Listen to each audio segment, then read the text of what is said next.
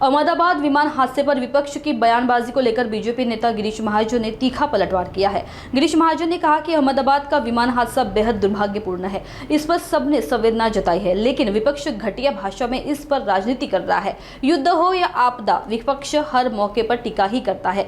देश संकट में है, फिर भी विपक्ष अपनी अक्ल के तारे तोड़ने में जुटा हुआ है। वहीं शिवसेना भाजपा गठबंधन और अजित पवार के साथ युति पर भी उन्होंने बयान दिया।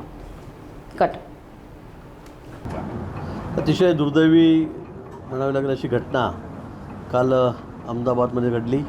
एअर इंडियाचं विमान जे अहमदाबादहून लंडनला जात होतं त्याचा अपघात म्हणजे अगदी टेक ऑफ झाल्याबरोबर काही सेकंदामध्येच पुन्हा त्या ठिकाणी नागरी भागामध्ये जाऊन ते कोसळलं आणि त्यामध्ये जवळपास 242 प्रवासी आणि कर्मचारी मिळून सगळे त्या ठिकाणी होते।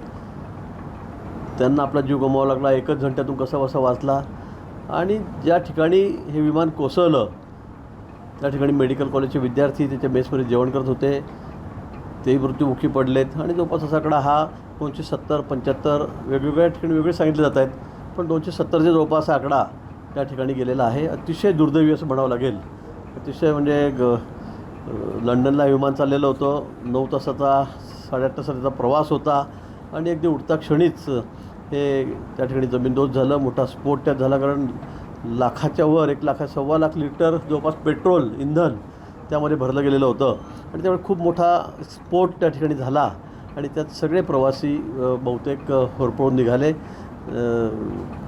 खरं म्हणजे कुठल्या शब्दामध्ये संवेदना व्यक्त कराव्या हे सुद्धा कळत नाही, पण दुर्दैवाने ते आपल्यामध्ये आज नाही आहेत। निश्चित त्यांच्याप्रती या ठिकाणी आदरांजली मी व्यक्त करतो।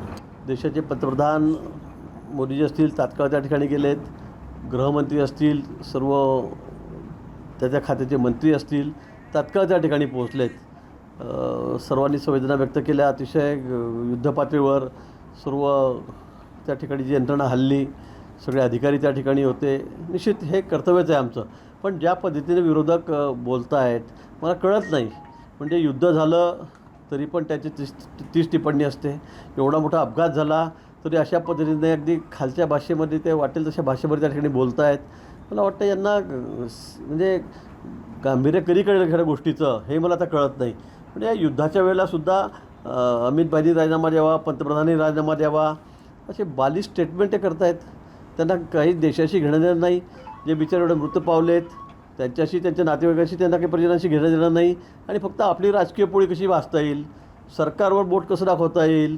आता इतके वर्ष झाले एअर इंडियाच्या विमानाने आपण प्रवास करतो आहोत, राष्ट्रात असेल, आंतरराष्ट्रीय असेल, देशामध्ये असेल, आपण बघतो आहोत अपघात झाला ही वस्तुस्थिती आहे, त्याची कारणं शोधली जातील, पण सरकार जबाबदार आहे। सरकार असं आहे, मला वाटतं अशा वेळी म्हणजे ज्या वेळेला देश संकटात होता अशावेळी तुम्ही गंभीर नाही, ज्या वेळेला एवढी मोठी घटना घडली, तेवढी दुर्दैवी घटना घडली, अशावेळीसुद्धा तुम्ही वाटेल तसे टीकाटिप्पणी करतात, आपल्या अकलेचे तारे तोडतात। मला काय बोलावं या लोकांबद्दल, यांची खरं तर खीव यायला लागलेली आहे।